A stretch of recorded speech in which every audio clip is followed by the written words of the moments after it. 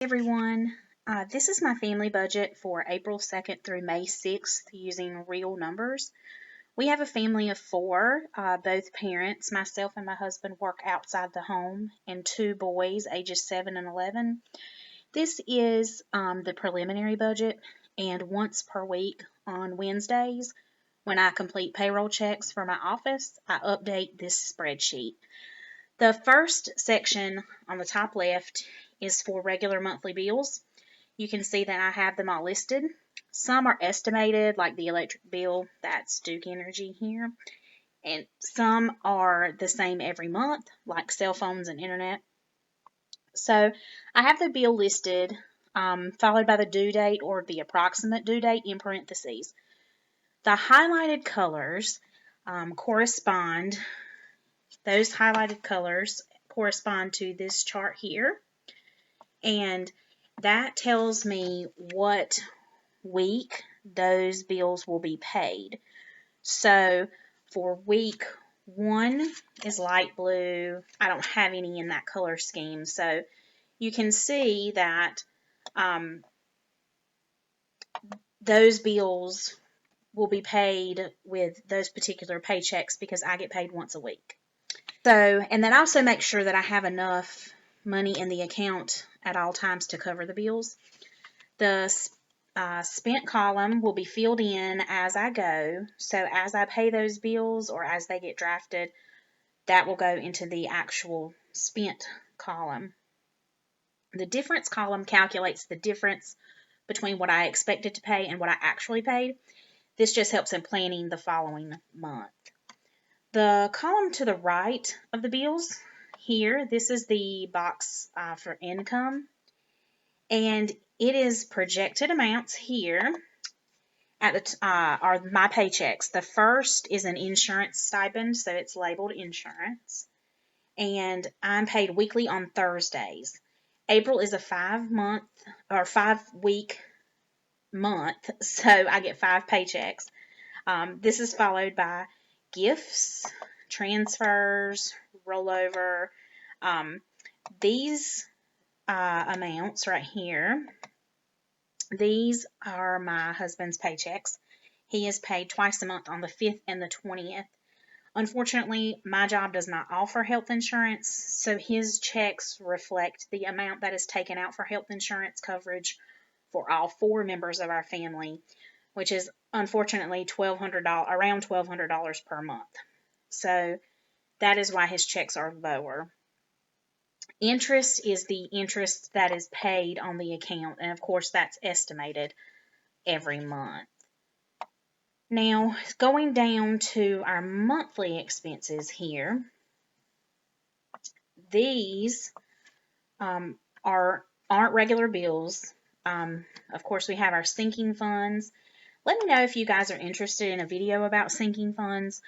The house savings amount here is an extra portion of our savings in excess of our emergency fund and our sinking funds that we are saving for our house closing. Our house is currently on the market, and we may have to pay closing costs, so we are piling money away for that. Prescriptions is an allowance every month. It may be more or less, but this is the average. The doctor expense covers co-pays this month and any extra that our insurance doesn't cover for the month. So my children have allergies, and they have to go to the allergist this month, and I know that this money will cover their co-pays and will also have an additional extra just in case there is a need to go to the doctor. Hopefully we won't have to use it, but it is there.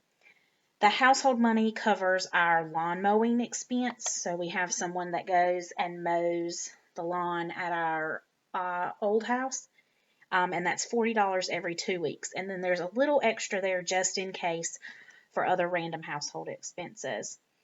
The boxes to the right, so these boxes here, they show what I get out in cash at the beginning of every month. I don't take money out of the account for sinking funds. That is transferred to the savings account at the end of the month. I don't take out money for the house savings. That is also transferred at the end of the month. The prescription money and the doctor money is paid as we go. So as we incur those expenses, we will put that on the line there. I take out cash for the rest of the categories. So school is empty right now because my children have no school or extracurricular activities because of the coronavirus. So they are out of school until at least May the 15th.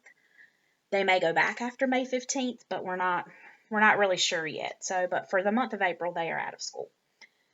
WMU offering is $5 a month, but this is a meeting through my church organization, and it is canceled, obviously, also because of coronavirus, so it is at $0. Eating out is typically a $200 a month, and that is in cash. Personal money is money that I use for various expenses. My husband gets a monthly stipend from his work for cell phone use, for cell phone coverage, and he keeps that to use as his personal money every month. So we both have personal money every month. The weekly expenses are next, right here. And we have a grocery allowance, church offering, kids allowance, and gas. All are taken in cash except for gas. We use our debit cards for that. Groceries are $125 a week. Church is $20 a week.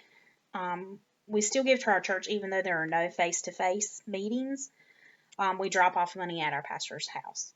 We are still meeting with our church, but we are dropping off the money because we are meeting with our church either through Skype or through email. Gas is approximately $70 a week for both me and my husband. We're lucky that we both work close to our home, so we are able to not have a lot of expense in terms of gas. The cash amounts next to this box, so over here, and the cash amounts next to the monthly expenses box, so the ones above here, they are used to calculate how many of each denomination of bill that I want when I go to the bank every week to deposit my check. So my company still does paper checks, so I have to go to the bank each week. If you look down, the last box is the other category right here. This is for expenses that happen that we didn't prepare for and we don't necessarily have a sinking fund for them. For example, I will be doing my taxes this weekend and I want to make sure I have enough money set aside to pay for the software. I always include a miscellaneous fund for unexpected expenses. For example, last month we went over our grocery budget because we couldn't buy exactly what we planned to because of the grocery shortages. So having the miscellaneous money is very helpful, especially since this is a zero-based budget. So normally it is not $400. It is a little higher this month because I want to plan for the unexpected in terms of groceries again. At the bottom, you can see here that our projected budget, it's calculated for us, is total expenses and total income should equal, and they do with a $0 difference here. Every month I just create a copy from the month before. So every month I will just go here and move or copy and click here to create a copy. Now, normally I use Google Sheets instead of Excel, and I use Google Sheets so that I can update the sheet from anywhere, but the concept is the same. So, here we go. First things first. I'm going to fill this out for you for the first week so you can see what I do. Okay, I got paid today, which is the 2nd of April, on Thursday. So that's the first day of the budget. And I got my insurance stipend at $245 and my regular paycheck. And this is take-home pay at $698. So that is all of my income at this point. Obviously, my husband hasn't gotten paid yet. Nothing else has come in other than those 2 checks. So that is week 1, and you can see by the color that it is week 1. There are no week 1 bills here, so we don't have to worry about paying any bills. So I go down to the next box. So these, like I said before, are done at the end of the month. Prescriptions and prescriptions and doctor are done as we go. So household. The household money needs to be taken out in cash this week for the month. So I put $100 into the actual column.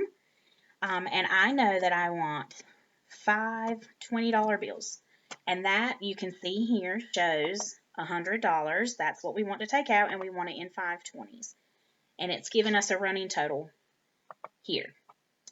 Okay, we're not taking out anything for school or WMU, so we move down to eating out. And again, this money that I'm actually pulling out, or going to pull out of the bank, it is a cash envelope in my wallet.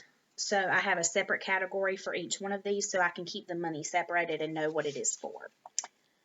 For eating out, I'm going to go ahead and take out the entire monthly money, and this is what I do every single month. And we're going to get that in $10, $20 bills. The personal cash is $40, and we're going to have that in 2 $20 bills. So you can see here, we have 340 actually being taken out, and we have it equal over here. So 340 is what cash we're taking out. So that is good. So moving down to the weekly expenses. Oh, I already have it in there. So I'm going to take $125 for groceries, and that is going to be a $100 bill, a $20 bill, and a $5 bill. And you can see here, it's $125. Church $20 is going to be a $20 bill. And the children's allowance, I have 2 children, they get $5 each, so it's 2 $5 bills. This is what I will ask for at the bank. So if you look down here, I have it so that these 2 boxes automatically populate into this section that says cash totals. And you'll see I need 1 $100 bill, 19 $20 bills, and 3 $5 bills. And so when I go to the bank, I will give them a note, because everything is drive-through right now. So I write a note that says I need 1 $100 bill, 19 20s, and 3 5s. And that is what I will get. At the bottom, I haven't spent anything, of course, in the other section yet, because it just started today. So you can see under actual budget, we have total expenses at $495, and that's the cash that we're taking out. We have total income at $943.80, which puts our difference at $448.80. And that will remain in the budget until next week. And next week, when I get paid, we will add all of the things that have transpired during the week. And so I would love to show you guys that as well. So if you want to see more videos like this and my cash envelopes, please like and subscribe. And check out the description box below with a link to my blog post and a template for this budget. Thank you for watching.